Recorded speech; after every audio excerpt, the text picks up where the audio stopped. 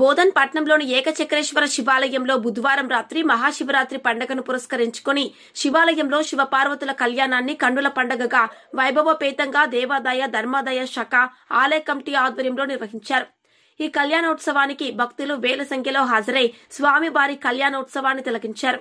గురువారం ఉదయం వేకువజాము నుండి భక్తులు ఆలయానికి విచ్చేసి స్వామివారికి అభిషేకాలు, బిల్వార్చన, హారతి, పూజలను నిర్వహించారు.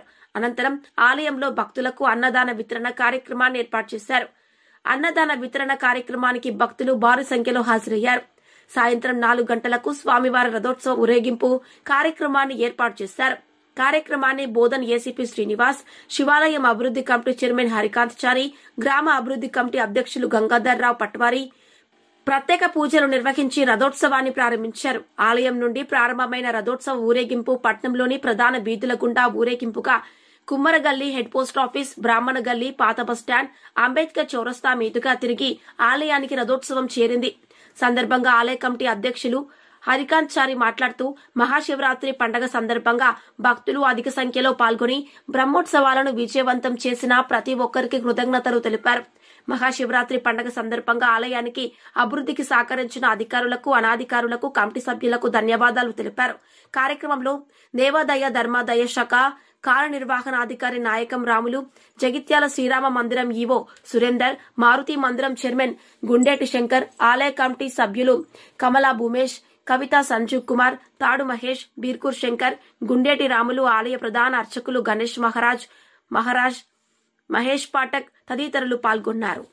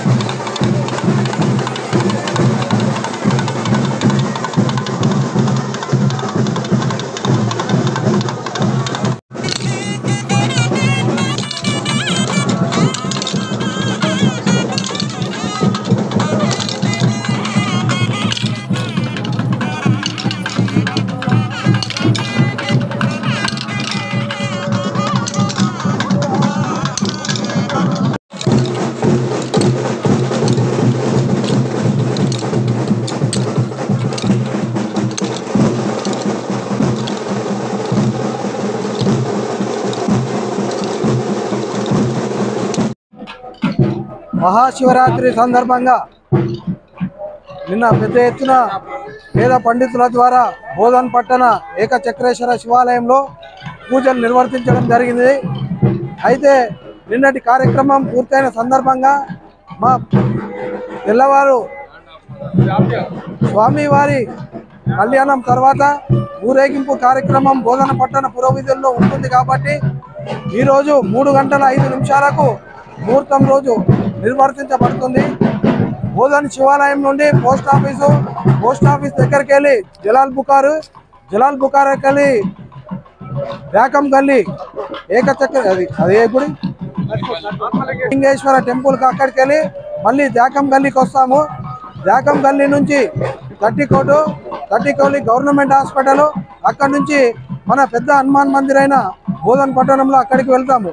అక్కడ కూడా స్వామి వారికి హారతులు ఇచ్చి తర్వాత యథాస్థానానికి మన ఏకచక్రేశ్వర ఆలయానికి వస్తాము.